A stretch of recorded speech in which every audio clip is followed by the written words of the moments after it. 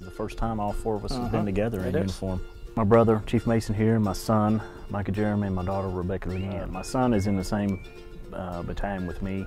My daughter's in a separate battalion, and then my brother's in Joint Force Headquarters. I got in '84. I think you got in '83. Yeah. That time in the Guard, it was almost a fad. If you drove by the armories back then, you wondered what went on in there. Nobody talked. It was almost a secret club. We kind of looked at each other and said, let's join the Guard. I didn't tell my mom or dad.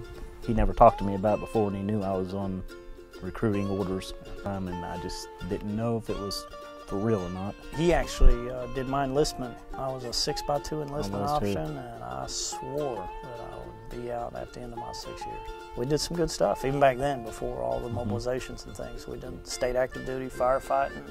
Felt good to be involved in it, but again, at that point, I still didn't plan on being full-time. Some people were talking about this JSO program. That's what got me. So I started in 1990, same year I started as technician. And from then on, that's what I've been doing for 20 years.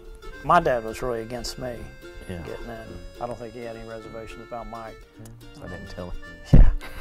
But now today, we have a really good military-backed family. Wasn't like I was going to be a warrant officer and he was going to stay enlisted. We seemed to go where our careers took us. Had you promote me? Yeah, I promoted him to E7. And to E8. I think I was more proud that my brother was an officer and being able to promote me than me getting my promotion. Yeah, it was a good day. I encouraged him, but I didn't force it on him. I wanted to do my own thing and branch off. When hard times happened in 2009, I just got fed up with it and I was like, I'm joining the Guard. He comes up to me one day and says, I'm ready. I'm really proud of them though, because I really didn't anticipate them getting in. I think a lot of times we sold them on it, not even meaning to sell them on it, because our life's always been around the Guard. Everything we've done is around the Guard, so when we get together and talk about our Guard experiences, I could tell it was starting to peak a little bit of an interest. He was really surprised because he knew that I had no intentions of joining the National Guard. I've always been the one that has a plan. Micah's never had a plan. She's been like that. I always had it in my mind I wanted to be a vet, so I didn't see Guard or Army or anything coming into play, but once I got more information about it, just out of the blue, I called Dad one day. I was like, okay, I'm going to join. I was surprised.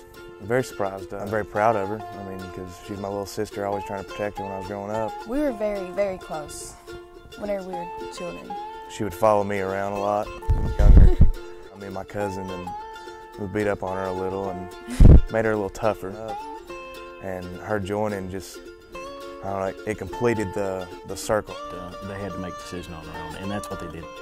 Growing up knowing that he's always did that, and he's left every day to do his same job all them years. I mean, being able to come back and actually work with him and be in the Black Hawk with him for the first time, and he actually put me out of the helicopter as a rappeller, there wasn't nothing better than that. And now that she's back, it's brought us so much closer together because she'll talk about this and that, and we'll know what she's talking about. And she knows what we're talking about. Yeah, we're like, I know what they're talking about. Acronyms.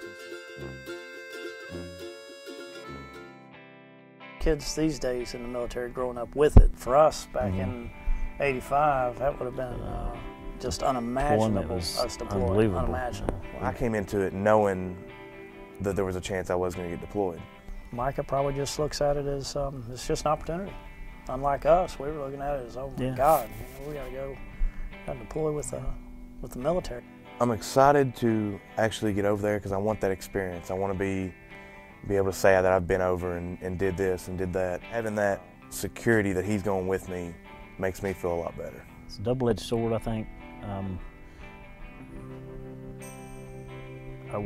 I want him close in case something happens, I'm there, versus my daughter not going. If something happens to her, I'm halfway around the world and can't do nothing about it.